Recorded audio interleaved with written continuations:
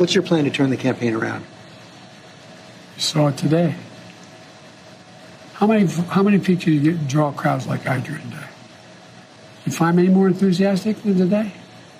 Huh? I mean, I don't think you want to play the crowd game. Donald Trump can draw big crowds. There's no question about that. All right, folks, emergency video. I'm filming this as sort of an impromptu live reaction because the ABC interview with Joe Biden and George Stephanopolous just dropped. And keep in mind, this is not any presidential interview. This is the very thing that we've been told by sources within the White House will decide the course of Biden's re-election campaign. They were saying that if Biden does not have a good showing in this interview, he may be dropping out of the race. With that said, you're probably curious how Biden did. We'll talk about that in a second. But firstly, I think it is worth noting that while this interview dropped, the New York Times reported that Biden just canceled his upcoming fundraiser in Wisconsin and apparently is said to be soon canceling many other upcoming events. Now, in fairness, I'm not speculating on that. That could be for any reason. But yes, one would have to think maybe it's a possibility. This could be because they're canning the campaign. But who knows? With that said, let's get into this interview because I have a couple takeaways. But I think first it's worth reacting to some of the clips and then we'll talk about it from there. So right off the gate, George Stephanopolous asked Joe Biden about his debate performance and whether he has a serious condition and, you know, about the whole jet lag lie and all of that. And well, folks, just take a listen for yourself. You and your team have said you had a bad night, but your friend Nancy Pelosi actually framed the question that I think is on the minds of millions of Americans. Was this a bad episode or the sign of a more serious condition? It was a bad episode. No indication of any serious condition. I was exhausted. I didn't listen to my instincts in terms of preparing, and I had a bad night. You know, you say you were exhausted, and I know you've said that before as well, but you came, and you did have a tough month, but you came home from Europe about 11 or 12 days before the debate, spent 6 days in Camp David. Why wasn't that enough rest time, enough recovery time? Because I was sick. I was feeling terrible. Matter of fact, the docs with me, I asked them, they did a COVID test because they were trying to figure out what was wrong. They did a test to see whether or not I had some infection, you know, a virus. I didn't. They just had a really bad cold.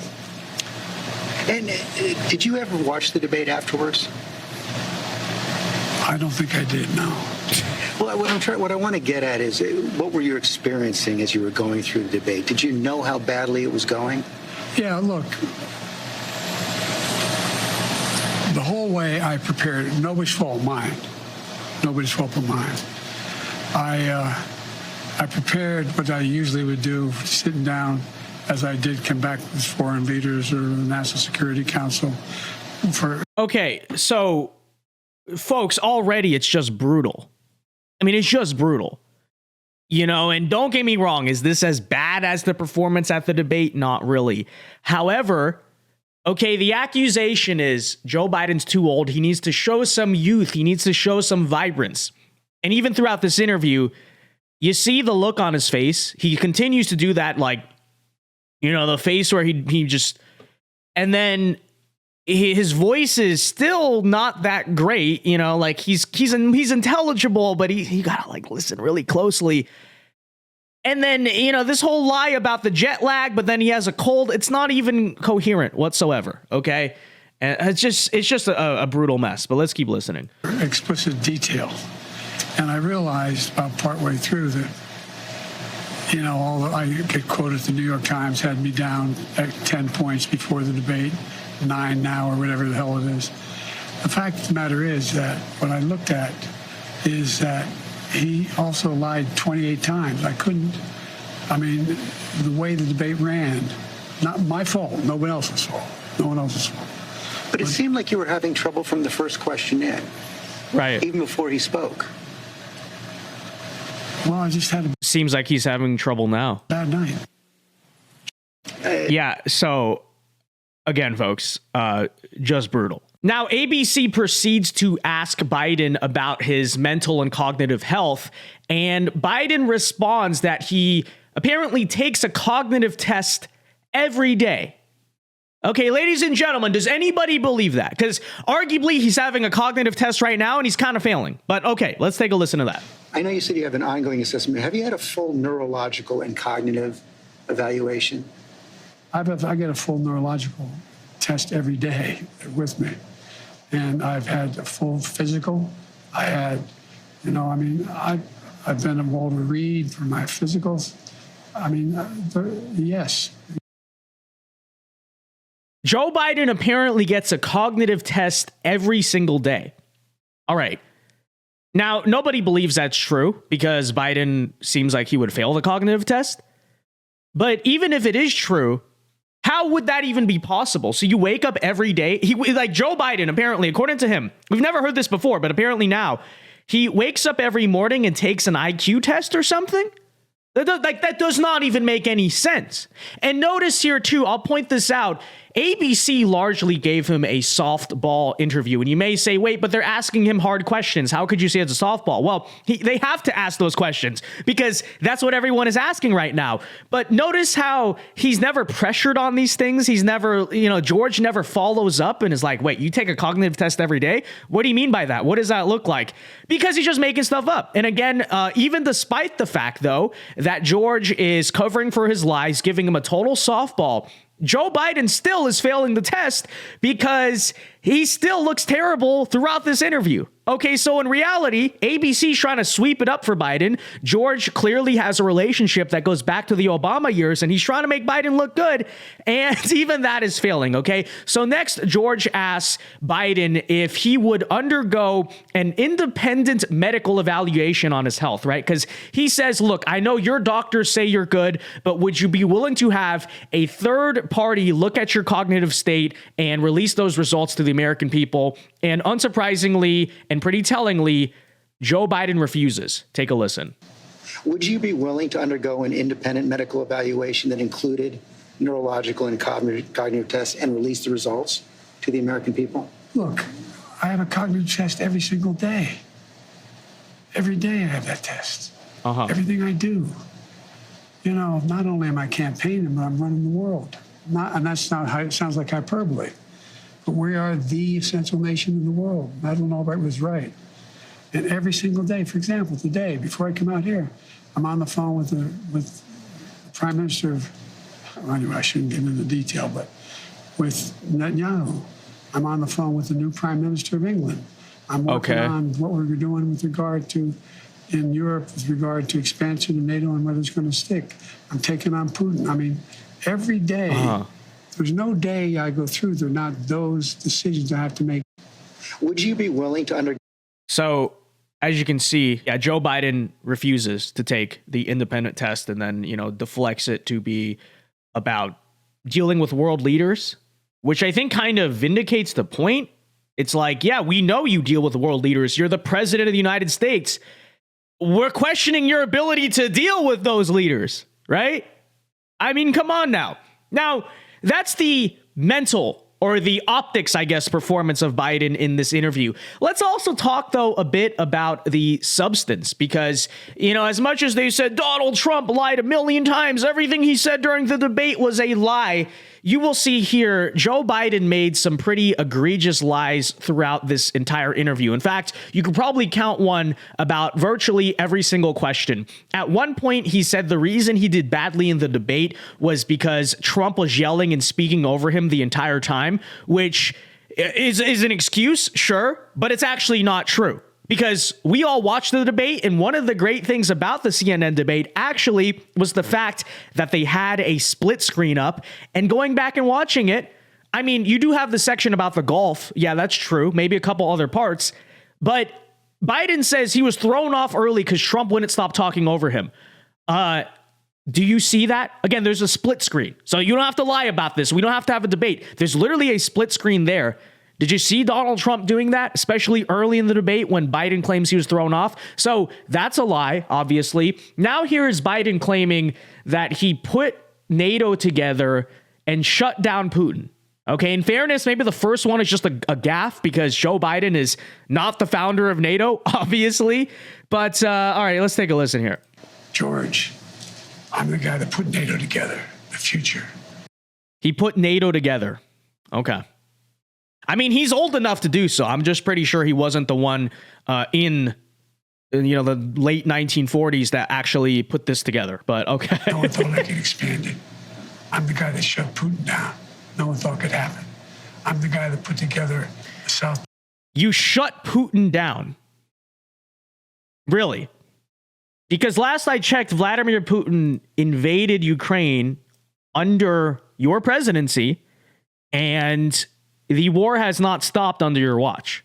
So that is, again, just objectively not really all that true. At a different point in the interview, he claimed credit for the Abraham Accords under President Trump, which we all know Trump is the one who put together that deal. But then Joe Biden said it was his deal and he's taking credit, even though the current war in Gaza going on during his presidency is the very war that is jeopardizing that deal. And of course, the flip-flopping on the cold, I mean, that's just a blatant lie as well. And, it goes on and on and on. But I don't even want to talk about that because I'm just really pointing that out. I know that politicians lie. It's what they do. But of course, the blue and on people, the insane liberal Biden supporting conspiracy theorists, what did they say after the CNN debate? They said, it's the fault of the moderators for not fact checking Donald Trump. The moderator is supposed to fact check him.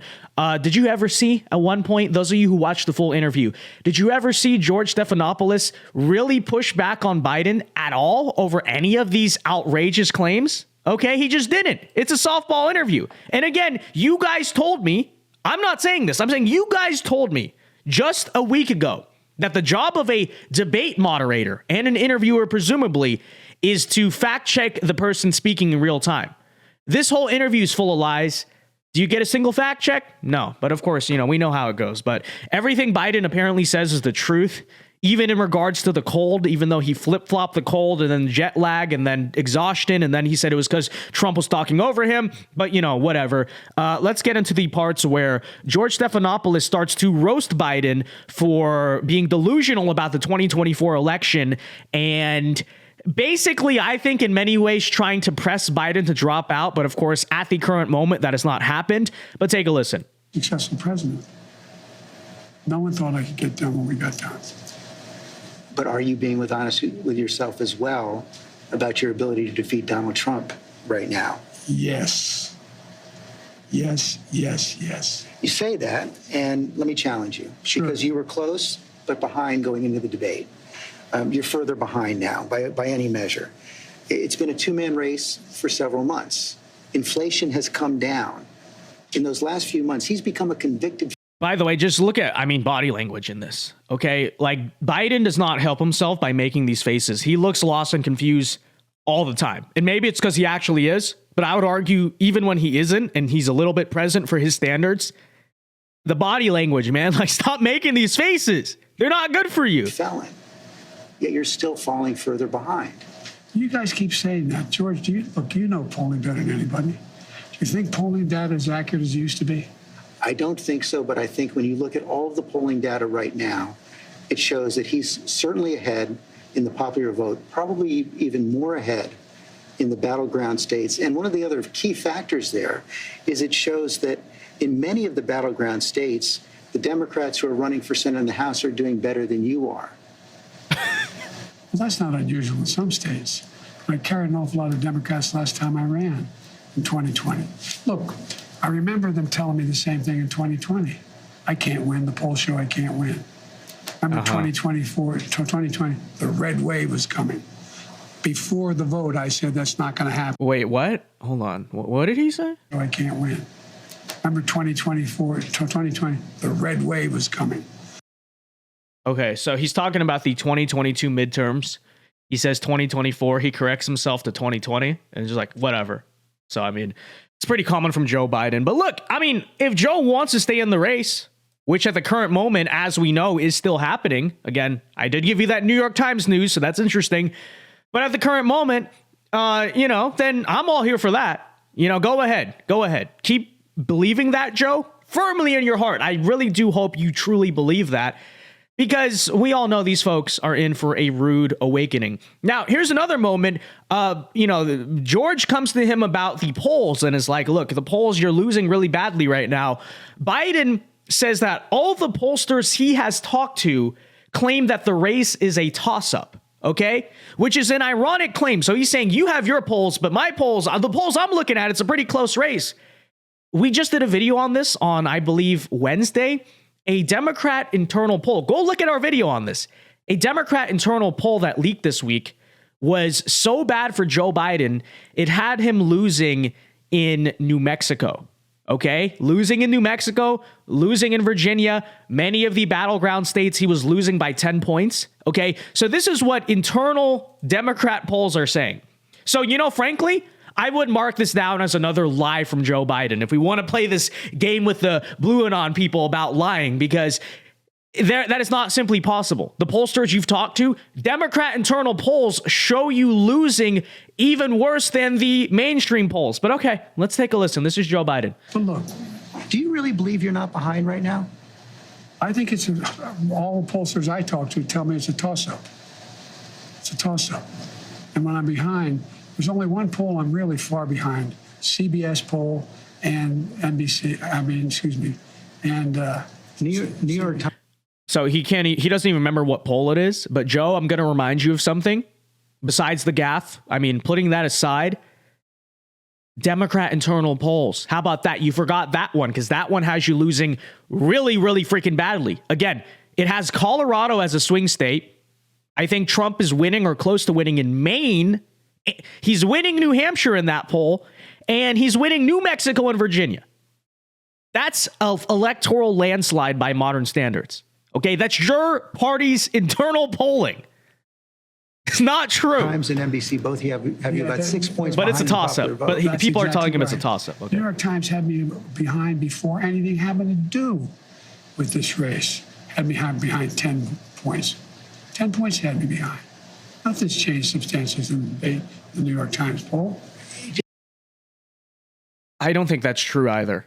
Okay. So, all right. Lastly, folks, this is the last clip we'll do for today, but the whole interview really does go like this. They asked him, what is your plan to turn the campaign around? And just listen to Joe Biden's answer. All right, just listen. What's your plan to turn the campaign around? You saw it today. How many people can you draw crowds like I drew today? You find me any more enthusiastic than today? Huh? I mean, I don't think you want to play the crowd game. Donald Trump can draw big crowds. There's no question about that. How you can draw a big crowd, but what does he say? Who's he have? I'm the guy supposedly in trouble. What does that even mean? Okay, but yeah, that is Joe Biden's claim. Your plan to turn the campaign around, he doesn't really give an answer. He basically argues, actually, the campaign is doing fine. And his evidence there is that he draws big crowds. But then you look at Trump's crowds and they're like 4 or 5 times the size. And even ABC points that out. Okay. But with that said, folks, I mean, there is the ABC Joe Biden interview. Complete train wreck, I would say, in my opinion. I mean, you know, first of all, I don't know why they're you notice Biden, he has like a spray tan recently. I don't know. They're trying to paint him like Donald Trump, you know, paint his face. I don't know. Now he is the orange man. I don't know what's going on there. But jokes aside, I think on a bigger picture, if this was the thing that was going to save the Biden campaign, absolutely not happening. And don't just take my word for it, because if you think I'm being dishonest, then take a look at the reaction of the ABC analyst panel after this interview aired. Look at their faces. I mean, look at that right there. That really does tell the story, right? I'm not the only one who's saying this. Everyone feels this way, okay? Biden, in the interview of his life, according to the White House sources here, did not come off as particularly impressive, still came off as super old, and I think that's ironic. They ask him questions about his age, and when he's answering, he seems just so old and out of it, you know? And then we could talk about the lies as well, since people want to make a big deal out of that. But honestly, it's politics. Who's even listening? But yeah, the optics, I think, are probably the worst story here for Joe Biden. That said, we see the news. We'll see what happens with the Biden campaign on this front. I still think most likely, I mean, they're just going to kind of ride with Biden at this point for reasons I've given in the past. But sure, I mean, this news is interesting about the upcoming events. There's still a strong chance that they do replace him. So Maybe I'll be right. Maybe the other conservatives who disagree will be right. I don't know. I mean, we'll just have to find out. With that said, folks, let me know your thoughts. Have a great rest of your weekend. We will probably talk about this more in a formal video soon. But until next time, for now, see you guys later. Peace.